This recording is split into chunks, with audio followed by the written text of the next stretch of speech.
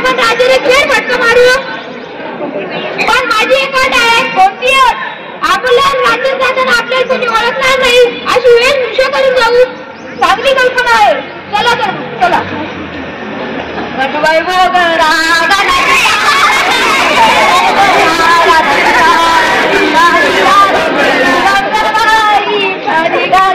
रामू श्रीराम साहेब काय करतोय? मी साफसफाई करत होतो. थोडं लवकर यायचं ना. कोण का आला तू साहेब? अरे बघ किती मोठी पेशंटची लाईन लागली. आणि एवढे मोठे पेशंट वाचतच का आले? अरे परवा आपल्या इथं पाऊस झाला. तुला तर माहिती आहे आपल्या इकडे नाले किती खुले, त्यातून मच्छर झाले आणि एवढे मोठे पेशंट आले. तर मग आता काय करायचं? आता सर्वांची नाव लिहून घे आणि एकेकाला माझ्याकडे पाठवून दे.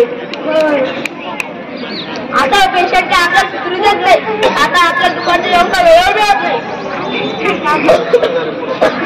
डॉक्टर साहेब आहे आणि खूप तुमचं बटन माझा नंबर लावा. 5 मिनिटं सांगा.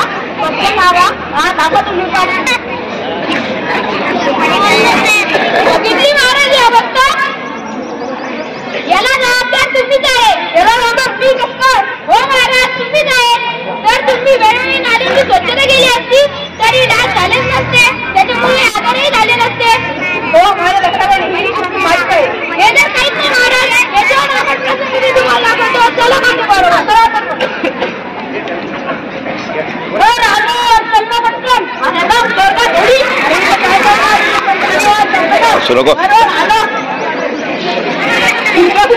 तुमच्या आपलं पुढे गेला तर पटकन चल चल.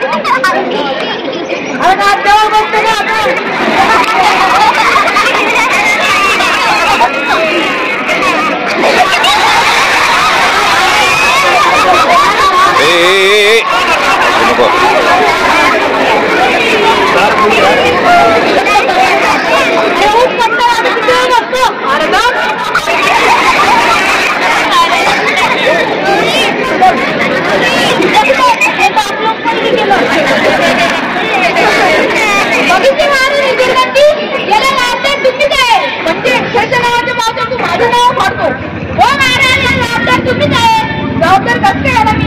तुम्ही जर जनजागृती केली असती तर सर्वांनी घरात टॉयलेट बांधले असते. त्याच्यामुळे दुर्गंधी झाली नसती.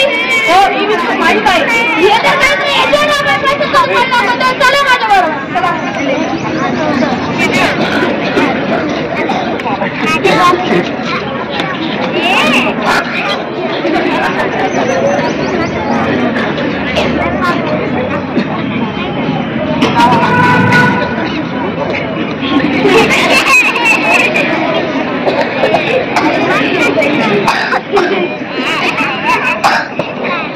महाराज इथून जाताना नाकाल रुमाल लावून चाला.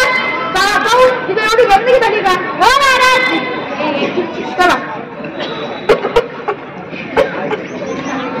खरंच एवढी गंदगी झाली आहे.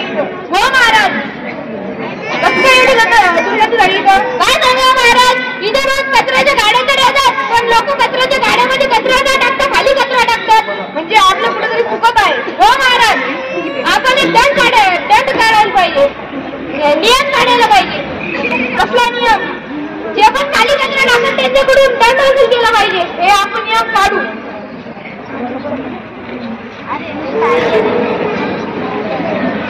डॉक्टर साहेब आता मला सगळं काम झालं. मी घरी जाऊ शकतो ना?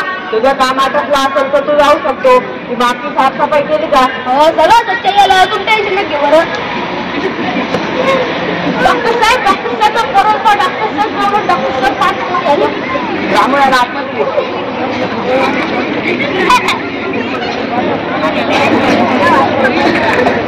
काका काका काका उठा काका. सॉरी काका मला माफ करा. मी तुमच्या मुलाला नाही वाचू शकलो.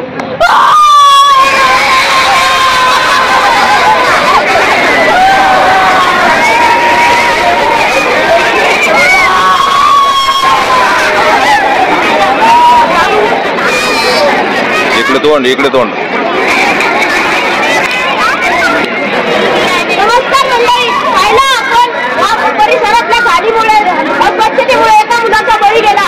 मी आपणास विनंती करतो की आपण आपलं घर आजूबाजूचा परिसर स्वच्छ